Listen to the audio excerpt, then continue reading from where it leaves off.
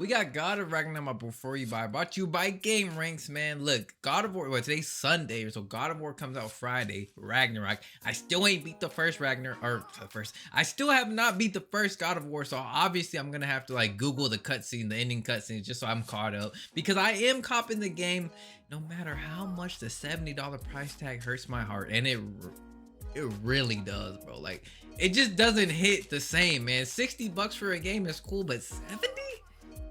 That's so tough, man. Like, man. Hey, and we're back with another episode of Before You Buy, that show where we give you some straight up gameplay and our first impressions of the latest games releasing. As usual, I'm Jake Baldino. For some reason, it didn't click into my head that they've already played this. They got an early copy. Thanks for being here, whether you're new or you've been watching these videos since the first one I did on Arkham Knight. Don't go back and watch it, it's really bad. But today we're talking about God of War Ragnarok. This is the pretty hotly anticipated follow-up to 2018's God of War, which took one of my favorite 2000s action franchises into a new direction. Now, with this new adventure, Ragnarok in 2022, well, I'm happy to confirm it makes my job mostly pretty easy today, after it feels like so many games in a row released and felt kind of middling or disappointing or forgettable. This game is the opposite, and it feels great to just say that. Ragnarok is pretty much everything you want. Bigger battles, more cool gods, more gore, bigger worlds, bigger endgame, while also doubling down on a gentle, emotional, impactful story. It is equal parts what you expect, familiar, and surprising in some thought-provoking ways. But most importantly, it's fun as hell, man. Ragnarok is tremendous. And some housekeeping, just so you know, I've been playing a review copy of the game, and the footage I've captured here is running on PS5. Also, I've made sure to be careful to keep this video extremely spoiler-free. It's hard to talk about some big chunks of the game. There's a lot of surprises and just things I don't want to spoil. I want you to discover it for yourself. Just know, by the time you're watching this, spoilers are probably already floating around out there on the internet, so be careful, especially for YouTube thumbnails. I've had those spoiled games for me before too. Now again, no spoilers, but the story setup, super basic, is a new adventure for Kratos and Atreus. Time has passed since the first game, and the world is different, and Atreus is a bit older and a bit more mature. The focus on the father-son relationship is different this time around, as Atreus kind of leads the two into a world-hopping adventure that just gets bigger and bigger and grapples with prophecy, fate, being a good person, and yeah, I mean, like, I can't really say anything again. I don't want to ruin it. To keep it short and sweet, that's like the back of the box description. Now, you're journeying around the realms once again, but everything is completely different, and you see way more of this mythological world that they set up in the last game. It is a big world. Structurally, it is all over the place in a good way. Like, it's not a typical open world, of course, but it's also not just a hub open world with smaller areas. It's just a collection of big open areas to explore, and you keep stumbling across more as you progress through the game. This game is built on like a perfect tightrope of stringing you along, not quite linear, not quite open world. It's pretty staggering to continuously stumble upon new large areas filled with places to explore across the whole game, but also not feel totally overwhelmed like in your typical open world or side quest filled game. Damn. You'll kind of find yourself dipping your toe into a little exploration when you find a new area, and then you realize that you've lost another 4 hours completely ignoring the main quest. It's like that. And the rewards for exploration are mixed. For me personally, I got really tired of opening up endless treasure chests and coffins, getting the same few things. I did that a hell of a lot in God of War 2018. By halfway through this game, I was over it. How much hack silver could I really find? It's not that exciting. But it doesn't really matter. What I realize is that the exploration isn't for like the reward stuff or player progression. It's really the bare minimum. The exploration is for the fun. The game is so varied in encounters and areas and puzzles that you always want to find a new thing. I found myself exploring less for cool loot and way more for just fun, and I think that says a lot.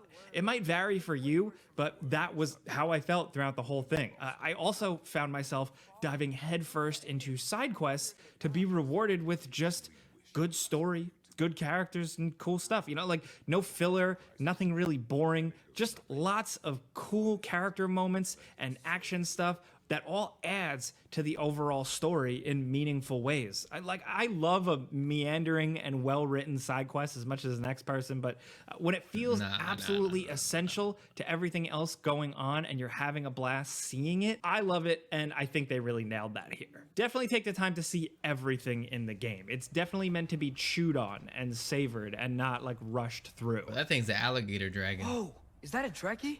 What happened here? Use caution. I think it's dead. Yep, definitely dead. Hey, I wonder if... Atreus! So why would I want to fight that, bro? I wanted to start with that because those were my favorite aspects, but now the more video gamey stuff too, which is also no slouch. Most notably, the combat. Combat is still really solid. You know, they cracked the code with 2018 and just kind of expanded upon it here in this one. I don't know how they did it then and the same now. The feel of hits, the dynamic swings in camera during certain moves, the animations, the feedback of every little bit of movement.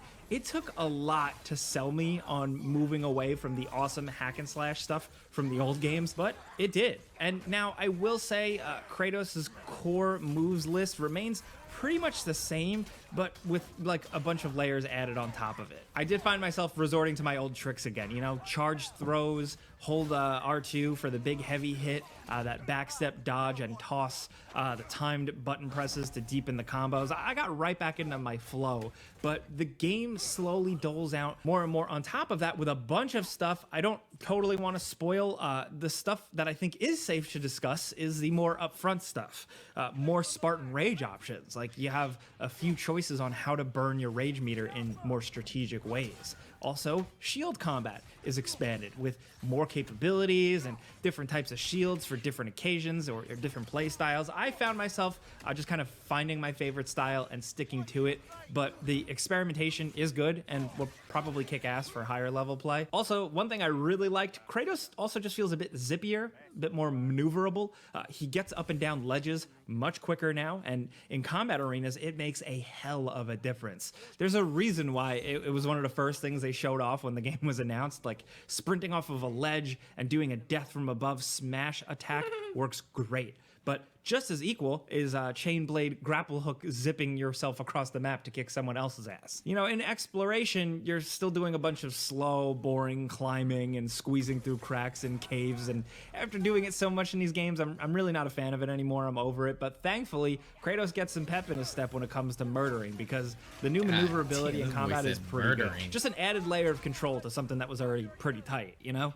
The game also has a lot of push-pull in elemental stuff between your equipment, your abilities, and using your allies' abilities. Like Atreus is way more capable and useful now, so with all of this, you have a lot more ways to slow attackers down or stack more damage. Also, more special runic attacks to discover and slot onto your weapons that have a lot of variety to them. You know, I really liked a heavy rune attack that was like a big freezing double smash, but a simple classic ricochet axe throw thing or a spinning AoE thing worked great. You can also unlock special relic attack abilities that have even more variation, like slow down your enemies, give yourself a damage buff, stuff like that.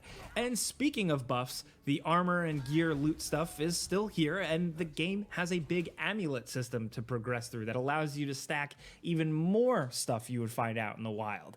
Amulets that give you, like, as someone who didn't really care too much about the stats until I really needed them in the last game, here, despite there being more, it doesn't really bog you down. Like, I liked it more overall. I felt like I really had to bust my ass to find the good stuff, and then the amount of stuff I stacked onto my character, basically my character build, made it feel a bit more necessary, especially because the game can kick your ass sometimes. Now, if you'll remember my various videos from God of War 2018, my biggest complaint was the lack of like sub-boss enemy types, you know, the bigger encounters. You fought that same damn type of troll so many times in that game, and it felt kind of like it was like one nasty fly in an otherwise delicious soup of a game. Does that make sense? That sounded kind of bad. But anyway, they did fix that now. There are a few of the same main seen smaller enemies that were in the last game here, which, but where they really improved is the bigger baddies. The bosses, the sub-bosses, all of it is pretty excellent and varied. There's big creature brawls that are over the top and God of War-y. There's chunky sword guy battles, just a lot of stuff you're looking for here. I'm happy that there is a lot to fight now. And like the previous game, there are optional enemies to go out and find that will happily be waiting to kick your ass. But this time, there's a ton of them. And they're pretty interesting.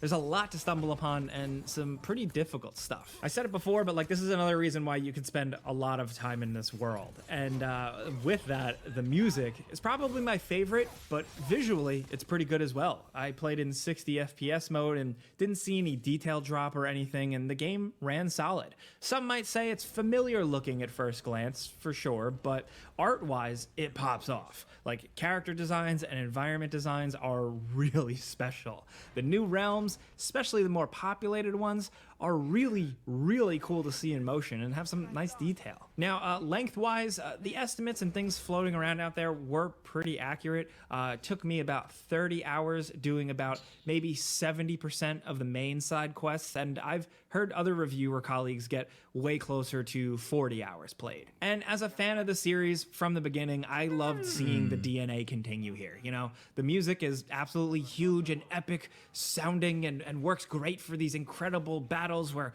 Kratos is choke slamming skeletons and shit and all the gods drama, and I really feel like I'm playing like the successor to the old games without it kind of nostalgia pandering the whole time. But also on the same coin, it tells an unexpected nuanced story where a lot of people had feelings and thoughts about fatherhood and stuff with God of War 2018. I think this time around folks will extract and interpret even more emotions and stuff from this plot, and I'm really looking forward to seeing what people think. Now stick with me, kind of like a weird comparison, but like Red Dead Redemption 2, Ragnarok does something I really respect. It's a big, massive, expensive, pretty AAA game with all of the detail and the action and the budget and a million billion people working on it and a million billion people probably buying it, but it uses that big mainstreamness as an in to tell a nuanced, heartfelt, surprising, and yet subtle and unique story.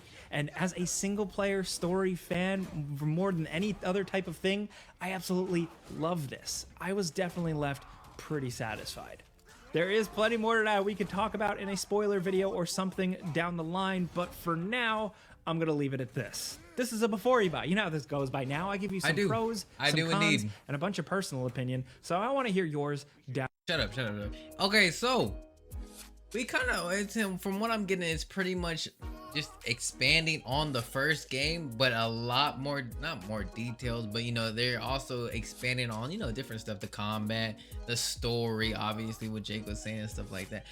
Have y'all seen the reviews on this damn game? Yo, bro, there's like, I saw something that was like 86 of like, you know, game critics played the game and all rated it a 9 or a 10. It was like, bro, you know how, like, bro, people can't just be cocksucking like this. It's gotta be pretty good, dude. There's no way 86 game critics can give it all a 9 or a 10 and it not be good, bro. Like, I'm not gonna pick up this game and be like, yo, this game's ass, man. I got bamboozled. I got lied to. I got led astray. No, not at all, man. This game's gotta be good. There is no other explanation on why it's a 9 or a 10, man. I honestly believe it'll be pretty good. Like I said, the first God of War was really good. The only reason I didn't finish it was because like I stopped playing it for like a week or two, and I was just like, I ain't gonna get back into it. But I need to play this for real, bro. Like, even though I'm gonna take this $70 tag, just sorry, bro. It's hard to even say 70 bucks for a game, but I'm gonna take the hit anyway, man, and I'm gonna play it, bro, because it does. Even seeing, you know, the gameplay I'm seeing right now, it looks a little familiar onto like God of War, like 2018, whenever it came out. It does look similar, but I mean, come on, man. Like, even if it was like a carbon copy and it's just God of War 2 and just gave me a different story, I'ma still buy the bitch. Gotta catch a vibe, yeah, I had to put her on. Bought a 2-seater, yeah, we heading for the sun. Shawty got my high, I ain't tripping for the funds. Yeah, I won't start, I ain't tripping, I'm a stunt.